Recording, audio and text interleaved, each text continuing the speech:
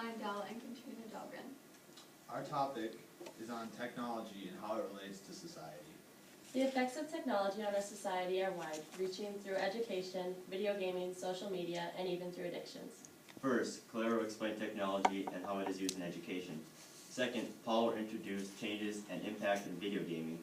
Next, I will inform the audience on how social media is making a difference in technology. Finally, Katrina will introduce the problems of addiction through technology. Each main point will end with a group discussion. First, Claire will talk first about technology and education. Device usage is a topic that has been discussed throughout several years and is now looked as no longer as a problem, but more as a privilege and a way to learn more efficiently. Schools that truly want to achieve are focusing on new ways to reach the students' ability, such as with technology.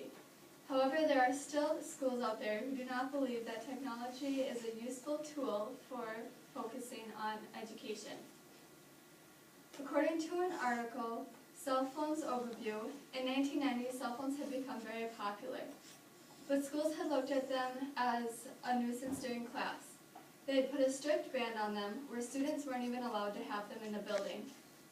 However, after the shooting in Columbine in 1999, schools had changed their view on cell phone usage and looked at them as more as a safety device in case another situation had occurred. Technology has changed communication quite a bit in schools, not only in communication situations, but also limits the number a school secretary must make to the parents. According to an article by Megan Frick, Baton Elementary School cell phones had flooded the classrooms and hallways. Teachers had first tried their best to ban them completely, but then soon realized that banning cell phones weren't an issue, but more as managing the usage. Now, several schools, including Baton, have started the BYOT, Bring Your Own Technology policy. On a flip side, according to an article, Point, cell phones should not be allowed in schools by Betty Barr and Sonia Miller. Technology should not be allowed in education for several reasons. First, they're a distraction. There are several reasons why students should not be texting or calling during class hours. It'll distract them from their studies. Second, most chatting devices have a camera on them that enables students to make a picture of a test, send them to other students in order of cheating. And third, bomb threats have been called in by students, and since they are made by cell phones, it is made more difficult to track. And for emergency during a situation, if thousands of students flood to their cell phones in case of an emergency, it'll flood down the reception and make the situation more chaotic. Technology has changed education, and online schooling is now available for students K through 12, as well as for college students. Online schooling is not available for everyone, but for some, it greatly enhances their ability of learning, since they are able to pick the pace and the environment that they learn in. As technology grows, education changes. The question that education must answer is whether or not these devices will be available for students to use. In the U.S., these devices are available for sale in schools and most libraries. However, since developing countries are not yet up to date with us in technology, will they be up to date with us educationally? According to an article by Mohammed Samaki and Muhammad Ali, these devices are now being changed, and the developing countries are now bypassing the stage of computers and laptops and going directly to wireless devices for education. Several schools in the U.S. are now going directly to wireless devices for education, including Barnesville High School. Principal Brian Strand has noticed a beneficial ease since the addition of the iPads. 75 to 85% of the homework and all of the work have instant access on the iPads. This helps students who are not organized as well as those who tend to miss days for being absent. They are now able to get all of their work done and put on time without getting behind in classes, as well as the opportunity for FaceTime during the class hour as long as the ability for FaceTime during the class hour to be ahead with the lecture.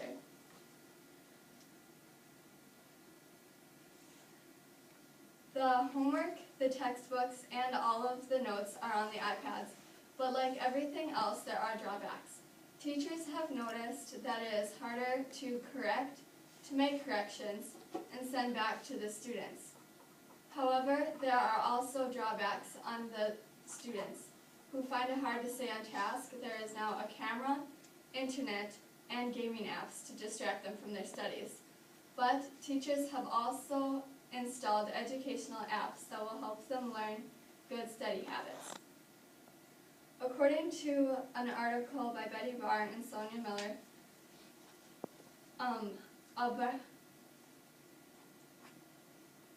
a school is now also making iPads mandatory for grades 6 through 8.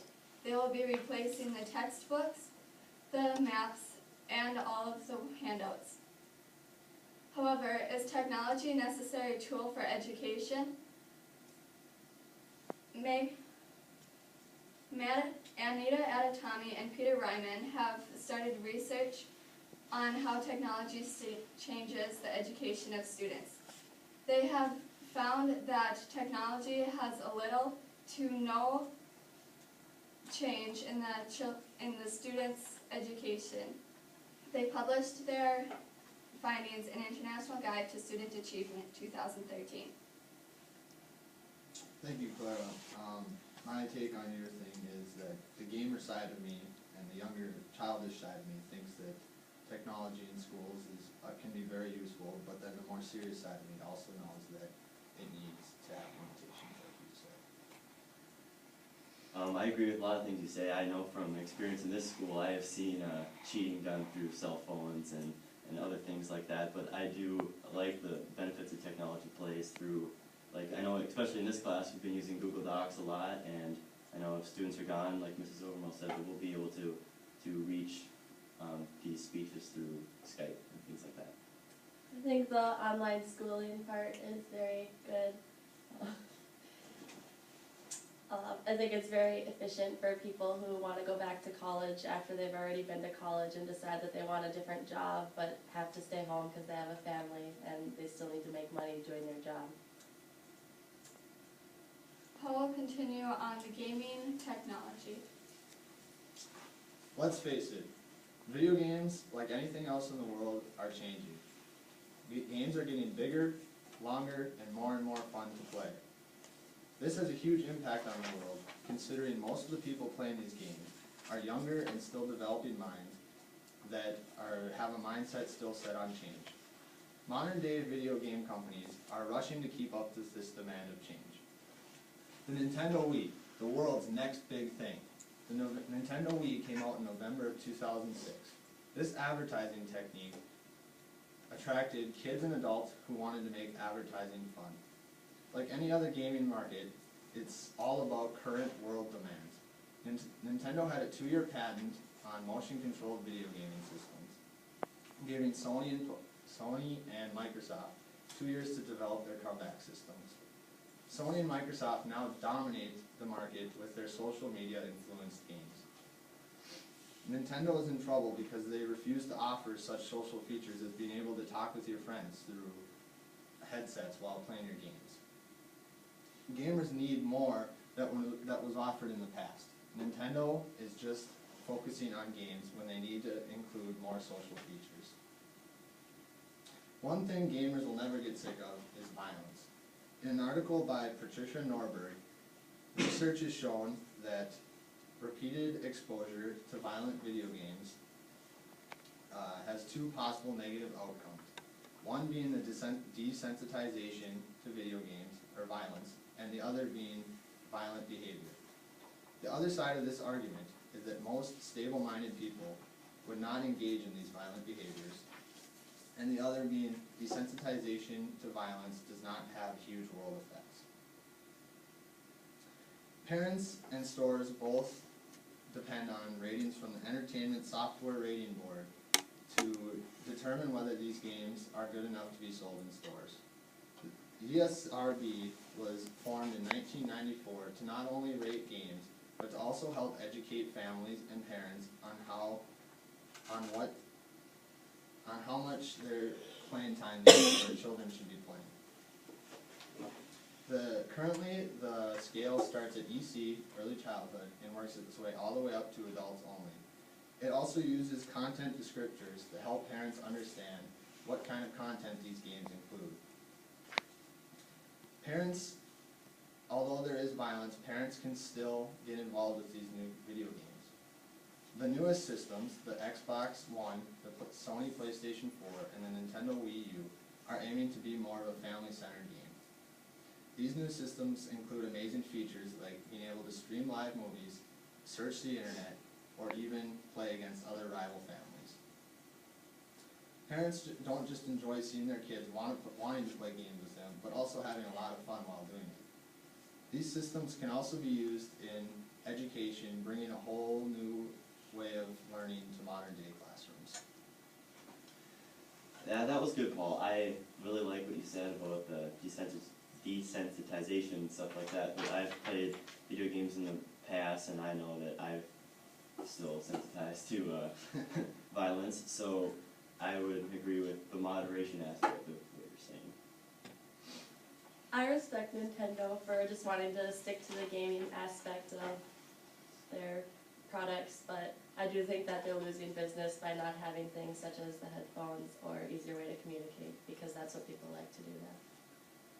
I agree with the parents getting involved in the games since they are also violent, but I think it would be a good way for families bonding and not just the teachers or the students, the kids shutting their families out. Now, with the new systems including social media, let's get in a little bit deeper into social media. Devin? Thank you, Paul. Social media has vast usefulness in today's society through businesses and politicking. But there is some drawbacks. Show of hands out in the audience, how many of you are on social media? Most of you, not all of you. Millions of people around the world are also on social media. Sites like Instagram, Twitter, Pinterest, Vine, and most popular Facebook Facebook, which dominates the World Wide Web. The word Facebook is the most commonly searched thing on the internet today. Facebook.com is visited 229 million times per day.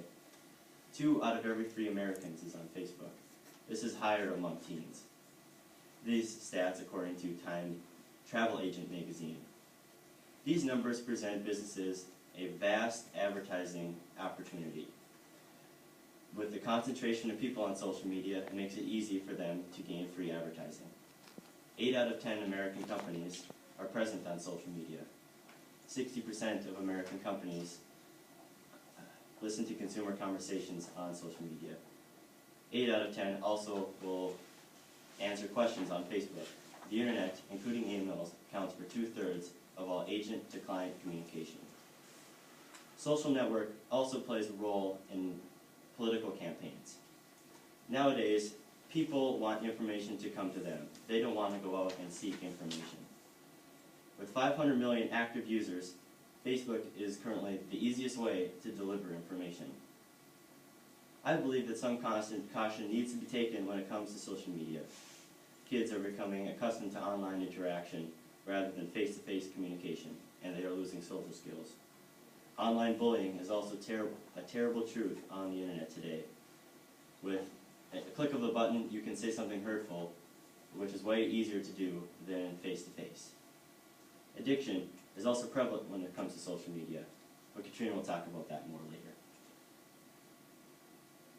I agree with what you said about kids becoming addicted to technology because they want information and they want it fast. And when news sites come out and they are able to get that information, they